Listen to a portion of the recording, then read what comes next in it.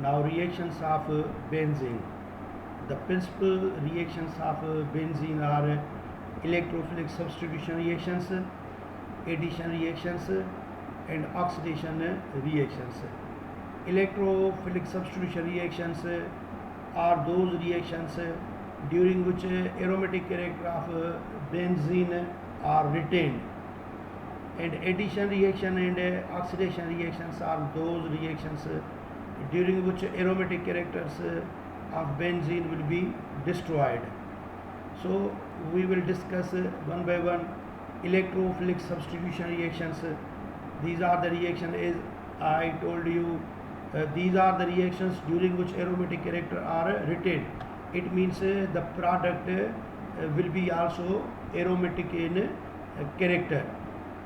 Actually ये जो electrophilic substitution reaction होते हैं वो क्या होता है कि बेंजीन में जो बेंजीन की जो नेचर वो न्यूक्लियोफाइल है, वो बेंजीन की नेचर न्यूक्लियोफाइल क्यों है? क्योंकि उसकी स्ट्रक्चर जब हमने पढ़ी थी कि ये जो P orbital unhybridised P orbital हैं वो जब आपस में ओवरलैपिंग करते हैं तो ये डीलोकलाइज पाई बॉन्ड बनाते हैं, क्योंकि ये आपस में ओवरलैपिंग करते हैं, कॉन्जुगेटेड फॉर्म में रहते हैं, तो ये आपस में इसी तरीके से पाई आर्बिटल बनाते हैं जिसके दो लोब बनते हैं अबो एंड बिलो। तो ये जो पाई इलेक्ट्रॉन है ये ही रेस्पॉन्सिबल है for the electrophilic substitution reaction of benzene. Electrophilic substitution reaction हमने मीथेन में भी पढ़ा था कि किसी मॉलिक्यूल में से एक सब्सटेंस एक एटम या ग्रुप ऑफ एटम रिप्लेस हो जाए, सब्स्टिट्यूट हो जाए किसी दूसरे एटम और ग्रुप ऑफ एटम, तो उसको हम क्या बोलते हैं? सब्स्टिट्यूशन रिएक्शन पढ़ते हैं। तो अगर वो बेंजीन में से एक वीक इलेक्ट्रोफाइल जैसे ये हाइड्रोजन है वो रिप्लेस हो जाए, डिस्प्लेस हो जाए, सब्स्टिट्यूट हो जाए किसी इलेक्ट्रोफाइल से, तो हम इसको क्या बोलते हैं? Electrophilic substitution reaction.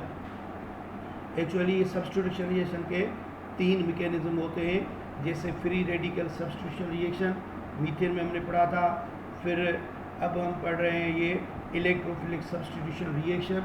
8th chapter alkyl halide में हम पढ़ेंगे न्यूक्लियोफिलिक सब्स्टिट्यूशन रिएक्शन। तो इलेक्ट्रोफिलिक सब्स्टिट्यूशन का मतलब है कि एक इलेक्ट्रोफाइल को हटाकर उसकी जगह पर कोई दूसरा इलेक्ट्रोफाइल आ जाए तो हम इसको कहते हैं इलेक्ट्रोफिलिक सब्स्टिट्यूशन रिएक्शन।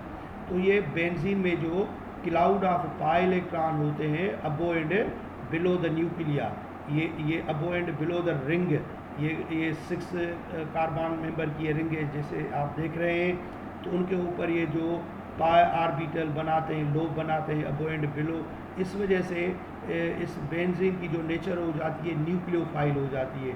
तो इलेक्ट्रोफाइल आकर उस पर अटैक करता है और सब्स्टिट्यूशन रिएक्शन दिखाता है। ये रिएक्शन इस तरीके से हम दिखा सकते हैं, मिसाल के तौर पर ये हमारे पास ये बेंजीन है, उसकी फुल स्ट्रक्चर दिखाई गई है, ये E+ ऊपर रखा है, ये इलेक्ट्रोफाइल को ज़ाहिर कर रहा है, तो इलेक्ट्रोफाइल इस पर अटैक करेगा या न्यूक्लियोफाइल इस पर अटैक करेगा, तो ये इलेक्ट्रोफाइल है माना इलेक्ट्रॉन अट्रैक्टिंग, और ये पाई इलेक्ट्रॉन जो है ये निगेटिव चार्ज है तो न्यूक्लियस पॉजिटिव को अट्रैक्ट करेंगे, तो न्यूक्लियोफाइल कहलाता है। ये आपको मालूम है, nucleophile means nucleus loving, nucleus माना पॉजिटिव को अट्रैक्ट करने वाले, और इलेक्ट्रोफाइल जो इलेक्ट्रॉन जो निगेटिव चार्ज को अट्रैक्ट करेंगे। इलेक्ट्रोफाइल को हम E+ से दिखाते हैं, न्यूक्लियोफाइल को Lu लिखकर ऊपर माइनस दिखाते हैं। तो ये शो करने का तरीका है। तो अब इनमें से कोई भी एक hydrogen, because all hydrogen are equivalent, एक हाइड्रोजन डिस्प्लेस हो जाएगा, रिप्लेस हो जाएगा और उसकी जगह पर आकर E अटैच हो जाएगा, तो प्रोडक्ट बनेगी। मिसाल के तौर पर ये बेंजीन पर हमने E लगा दी, तो एक इलेक्ट्रोफाइल H+ निकल गया, उसकी जगह पर दूसरा इलेक्ट्रोफाइल आकर अटैच हो गया, तो इस रिएक्शन को हम बोलते हैं इलेक्ट्रोफिलिक सब्स्टिट्यूशन रिएक्शन। अब आप देख रहे हैं कि एरोमेटिक कैरेक्टर किस वजह से होते हैं? इसे डीलोकलाइज पाई बॉन्ड की वजह से होते हैं।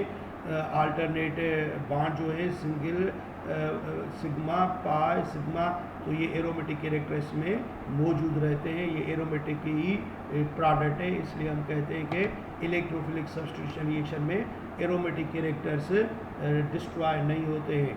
अब हम ये इलेक्ट्रोफिलिक सब्स्टिट्यूशन रिएक्शन का एक जनरल मैकेनिज़्म शो करते हैं। उस जनरल मैकेनिज़्म को समझकर फिर हम उसके पर्टिकुलर रिएक्शन के बारे में पढ़ेंगे।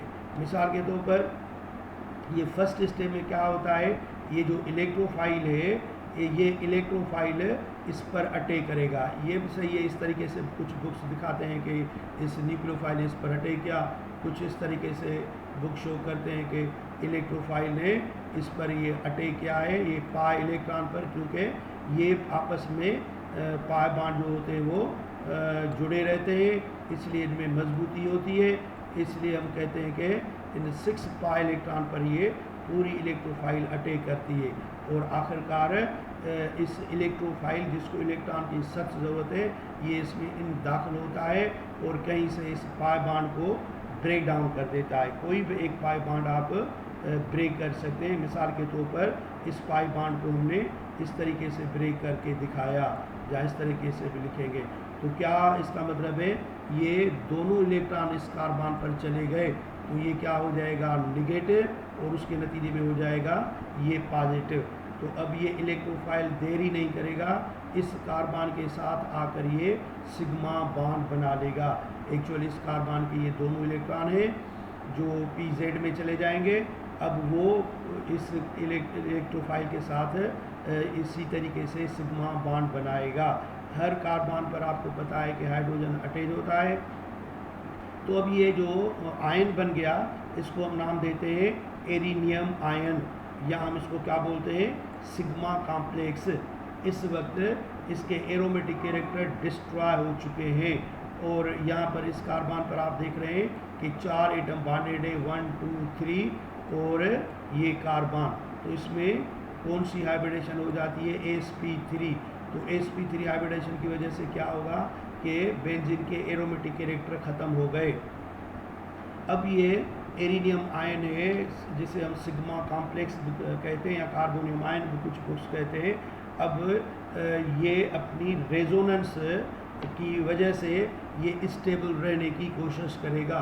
रेजोनेंस का मतलब है कि इस प्लस पॉजिटिव को इलेक्ट्रॉन की ज़रूरत है, तो ये दोनों इलेक्ट्रॉन इस तरफ आएंगे ताकि उसकी जो पॉजिटिव चार्ज है उसको ख़त्म करें।